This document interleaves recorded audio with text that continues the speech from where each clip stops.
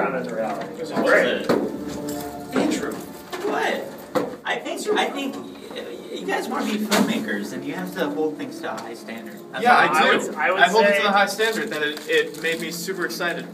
Andrew doesn't like it. I don't dislike it. I just think it's the most unnecessary film I've seen all year, and I'm going to forget about it very soon. After the Avengers and The Dark Knight Rises, you know, it's just... What emotionally was there in the Avengers? Well, emotionally, I don't think the Avengers really connected emotionally, but in terms of like an epic scale, it was unprecedented, I thought. I just had so much fun with that movie. Hello, welcome to the first ever Movie Clips movie review. I'm Jimmy. I'm Ryan. I'm Andrew. And we just saw The Amazing Spider-Man in IMAX 3D. 9:30 a.m. showing. It was. I give it my right off the top rating is 2 thumbs up. 2 thumbs up, way up from me. Loved it. Andrew will be playing the part of villain here. Initially, 5 minutes after seeing it, is far and away my favorite Spider-Man movie. Oh, the best Spider-Man really? movie ever made. They should like just ignore the original trilogy. Yeah, I mean, I respect it, but it seemed more like a golden age comic it's book to not me. canon anymore. And this one is this one sets a new bar. I will say No. very hyperbolically, but I think true. Andrew Garfield plays what is the most emotionally grounded and effective Peter Parker that's ever been. I'm not going to argue with that there because I really like Andrew Garfield. I think he's a spectacular actor. But that's very diplomatic of you. But I don't think this movie holds a candle to the second movie. That is absurd. The second movie is so much better than I love the second movie too. You don't think this movie holds a candle? Can I ask you one question? Why? To reimagine Spider-Man. What was reimagined about this? What was almost, the reimagining? Almost everything. I would say almost. They brought Spider-Man into the contemporary age. Give us a chance to answer. They brought Spider-Man into the contemporary age. Yeah, I would say it was the most contemporary realistic age.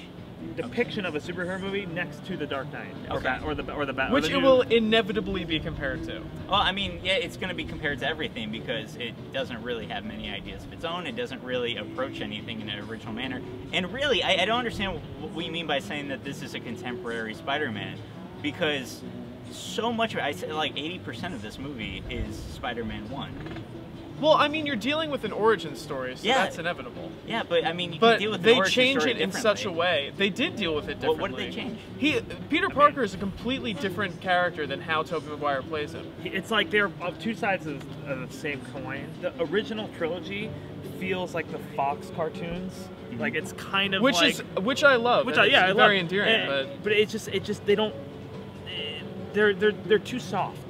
Like, you know, there's death and despair. In Spider-Man 2, there was literally a raindrops keep falling on my head montage. Yeah, because that movie had the balls to do something like that. Raindrops are falling on my head, they keep falling.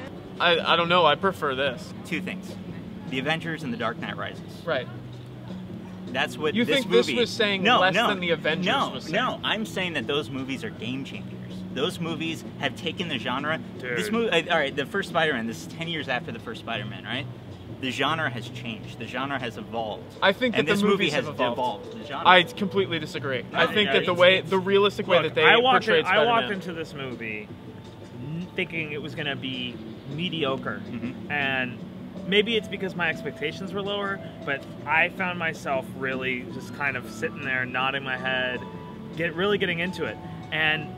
I mean, we saw it in 3D. The 3D was incredible. The 3D, something that I usually hate, didn't bother me at all. No, it was incrable. I know. I saw you had your glasses. It didn't bother you at all because it was hardly there. Yeah, he had his glasses. I know. He had his glasses off a couple times, but it wasn't distracting. It didn't take you out of it, which is what you always complain 3D does. No, because you like the movie, therefore it's not distracting. You're involved in the movie. No. I would say from the first scene, I was relieved at how they were handling the 3D. I was really skeptical. All right, here's the thing to say about that.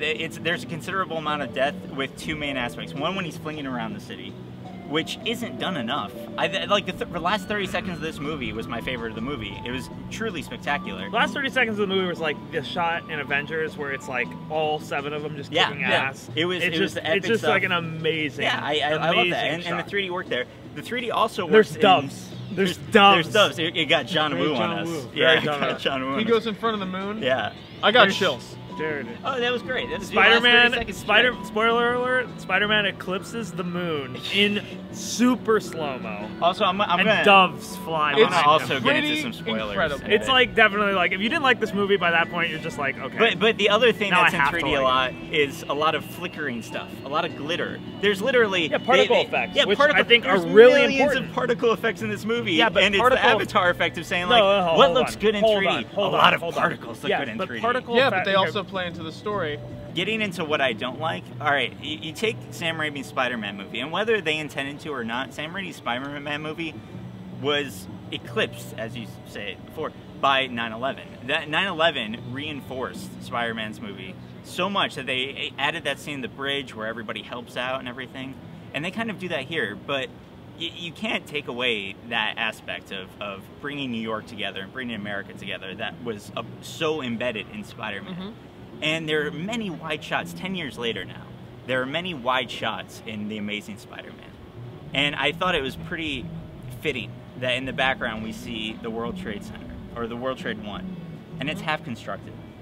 And that's what this movie felt to me. This movie felt like a half constructed mess that was holding on to so many elements from the first Spider-Man movie. It didn't really have enough balls to do anything very different. I mean, But saying balls, I mean, it was ballsy in Spider-Man 3 for him to have emo hair and for him to walk around going like this to him in the street, and it was such an awful You're right. move. No, you're right. It did have balls to do that, and it fell flat on its face. And I'll forever feel passionately about Spider-Man 3 because I hated Spider-Man 3.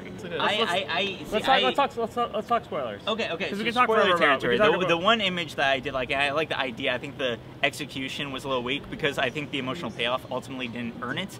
But the way that the construction guys use the cranes to help him get to Oscorp, Yeah. I like that thematically because it's taken into play New York City and 9/11 and where we've come since 9/11, and now it's construction. You know, thematically there's a lot of imagery there that kind of is interesting. 9/11 or no, I'm just saying from a film standpoint at that moment in the movie, Yeah. I thought it was a really emotionally effective moment to have so many people coming together for good. See, like in such a simple kind of classic storytelling way. I will butt in. I thought, honestly, my favorite part of the film was him discovering and learning that he has this power. You I love thought, stuff like that, like in Prometheus, the discovery. I think the discovery and the way that you deal with the aftermath of like a life-changing event, like whether it's Connors with his arm being gone and like, oh, now I have a new arm, and he's like peeling it off out of the scab, and now he's like, oh my god, I got shocked on a lamp, like that kind of stuff. I think that's great. But the way that this is just saying, like, the way that they ground this film in reality, if you can, as much as you can ground a film like this in reality. I think it's it's like a when disservice he's sitting to this film to say it's grounded in reality. I saw the first Spider-Man, I was 13 or 14 years old, and I loved it. And now I think that 13 and 14-year-olds who are going to see this one are getting a movie that they can relate to more and set in a world that they recognize better. Yeah, and it's I honestly feel that way. It does not feel like a Saturday morning cartoon anymore. It feels like a mature, Peter Parker has respectable actual film. angst and anger, But not- and he's I- not. But he's not like, it's not like this Tobey Maguire awkwardness the whole time. He actually has like this cockiness to him. Like when He's he comfortable in his I own really skin. liked Andrew Garfield in this Yeah. movie. Okay, I thought he was great. You found my weakness. It's small knives. In the trailers, the skateboard sequence was the only thing that I was like, oh god, this is going to be so silly. When it happens in the movie, they literally found the only possible way for that sequence to work. It was really well done, and I have to say also, thank you for bringing up Gwen, Emma Stone, and why can't I'm spacing Andrew on it? Garfield. Thank you, Andrew Garfield. It's really early. Emma Stone, Andrew Garfield, on-screen couple, but also off-screen couple. You could tell. It makes their sense. chemistry is Yeah, if they so didn't have incredible. chemistry, Yeah, there if would they have didn't been have trouble chemistry, there. it definitely would have been some serious trouble. But I mean, there their was chemistry real in the film is incredible. I believe the I reviewers don't- would say it crackles. Oh, it sizzles. Hello. So, you want to, I don't know. What? Just,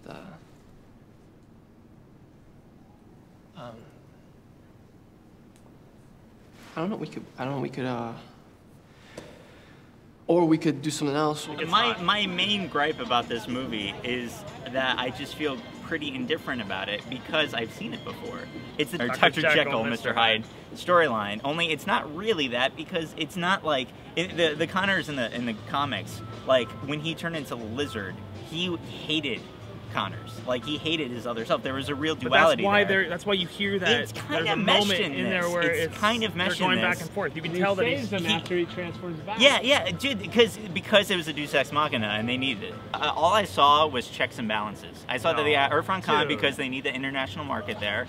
I saw that they were afraid. Cynical of No, you, it is. I mean, it was same with Ghost Protocol. You know, get a big Indian actor. You Also do a really very well in fun India. movie. What would you have liked to see that would have made it better? For I you? think Because it would have honestly, been. I don't think I could have seen any more that would have made. I me think like it would have been a better movie if they kept the entire origin story, like the first hour of the film, in the credit sequence.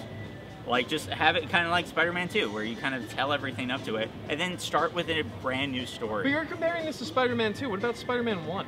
Yeah, let's compare it to Spider-Man 2 or Spider-Man But you 1. have to Let's do retell that. the origin Yeah, story. Why because do you? he's a Why different do you have to? Spider-Man, Do you think 'cause there's he's different. anybody? Do you His think there is any? attitude's different. Do you Totally think? different. Do you think there is anybody on Earth that doesn't know that Spider-Man was bitten by a radioactive Yes, spider? but Do you I think do. that there are Lisa people? didn't know that he was a badass. He was badass. He's badass in the first movie. Okay, No, he's he's not. He's not. such a pussy. He's Such such a a wimp. pussy. You guys, oh my god! He's Every such a time wimp. there's a You're putting us in such a reimagination- position that we have to. No, every make fun time of there's a Sam Raimi's reimagination of a new superhero genre, everybody completely dismisses the original. Like when The Dark Knight came out, or when That is- Batman Begins came that out, is it's not- like that is Tim not true. Burton's Batman is such a hyperbolic piece of shit. That's And because then Batman when this- Begins was better than Tim Yeah, Burton's it Batman. was. It was a lot better. The same way that It this was is a lot better than Sam This Raimi's is Spider-Man. not anything. Yes, this it is is. not anything. The difference between. It I'm is. glad It that is those so movies much better. exist, barring Let me just Spider-Man tell you- 3. let me I'm just glad tell that the you- first anywhere Let me Spider-Man just is tell you, I will buy this movie on Blu-ray in 3D the day it comes out. I will be do standing not- next to you. I do not own a single. one of I those already own films. Spider-Man, so I feel like want- I own this want- movie. No.